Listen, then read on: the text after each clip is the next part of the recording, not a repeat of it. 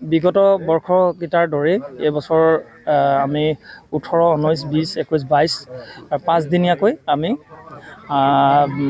সোণাৰু কৃষ্ণচূড়া কাঞ্চনৰ বৰ্ষপূৰ্তি মহোৎসৱ অনুষ্ঠিত কৰিবলৈ গৈছোঁ আৰু আশা ৰাখিছোঁ সমূহ ৰাইজৰ সহায় সহযোগিতা আৰু উপস্থিতিয়ে আমাক উৎসাহিত কৰিব আৰু 5দিনীয়া এই যি আমাৰ সেউজ যাত্ৰাত আপোনালোকে অংশগ্ৰহণ কৰি আমাক উৎসাহিত কৰিব বুলি আমি আশা ৰাখিছোঁ, আমাক দিহা পৰামৰ্শ আগবঢ়াব বুলি আমি আশা ৰাখিছোঁ আৰু সদৌ শেষত পুনৰবাৰ সকলোকে হিয়া ভৰা আন্তৰিক শুভকামনা যাচিছোঁ আৰু আহিবলগীয়া দিনবিলাক আপোনালোকৰ সকলোৱে কুশল মংগল হওক। নমস্কাৰ, মই মাধৱ ৰঞ্জন। পোনপ্ৰথমে মই NKTV যোগেদি সমগ্ৰ অসমবাসী ৰাইজলৈ ভোগালী বিহু তথা নতুন বছৰ শুভেচ্ছা জ্ঞাপন কৰিছোঁ আৰু আপোনালোকক জনাবলৈ পাই সুখী হৈছোঁ।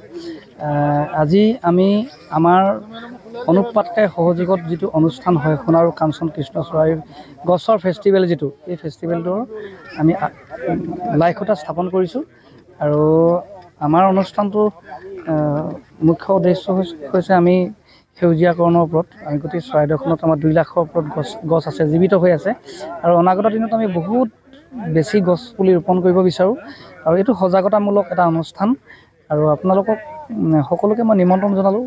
18 পৰা 22লৈকে আমাৰ অনুষ্ঠান হ'ব। এই অনুষ্ঠানত আমাৰ বিভিন্ন বাণিজ্য মেলা, বিভিন্ন শৈক্ষিক দিশৰ ওপৰত, শিক্ষা দিশৰ ওপৰত আপোনাৰ বিভিন্ন ধৰণৰ ইয়াত অনুষ্ঠান হ'ব।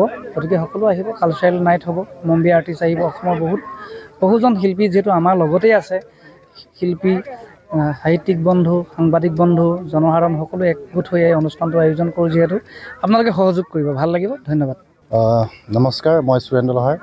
বিশেষকৈ আজি শুভ এটা দিন, যিহেতু আমাৰ এই 5দিনীয়া যিটো আমাৰ 18, 19, 20, 22 তেনেকৈ 5টা দিনৰ যি আমি ডাঙৰকৈ এটা উৎসৱৰ দৰে এটা আমাৰ অনুষ্ঠান পাতিছোঁ। সোণাৰু কাঞ্চনৰ যিটো কৃষ্ণচূড়া, যিটো মানে গছৰ যিটো গছবিলাকৰ যিটো মানে জন্ম দিৱস বুলি কওঁ আমি, তেনেকৈ এটা অনুষ্ঠান আমি পাতিছোঁ। খুব ধুনীয়া এটা অনুষ্ঠান আৰু আপোনালোকে সকলোৱে আহক, আমাৰ অনুষ্ঠানত সহযোগ মানে দিয়ক আৰু খুব অনুষ্ঠান ইয়াত গীতে মাতে, ইয়াত খাদ্য মানে মেলাও হ'ব। ইয়াত খুব এটা আমি আজি প্ৰায় 2 লাখৰো আমি মানে গছপুলি মানে ৰুই মেলি আজি জীৱিত চব ফুলিছেও বৰ্তমান। খুব ভাল লাগিছে, আমি খুব আনন্দিত আৰু ৰাইজৰ সহযোগিতা একদম ক্ৰমান্বয়ে আহিছে। আপোনালোক সকলোৱে আহক আৰু শেষত মই আপোনালোকক আগন্তুক নৱবৰ্ষৰ শুভেচ্ছা আৰু খ্ৰীষ্টমাছৰ শুভেচ্ছা, মাঘী বিহুৰ শুভেচ্ছা সকলোকে জ্ঞাপন কৰিছোঁ। ধন্যবাদ।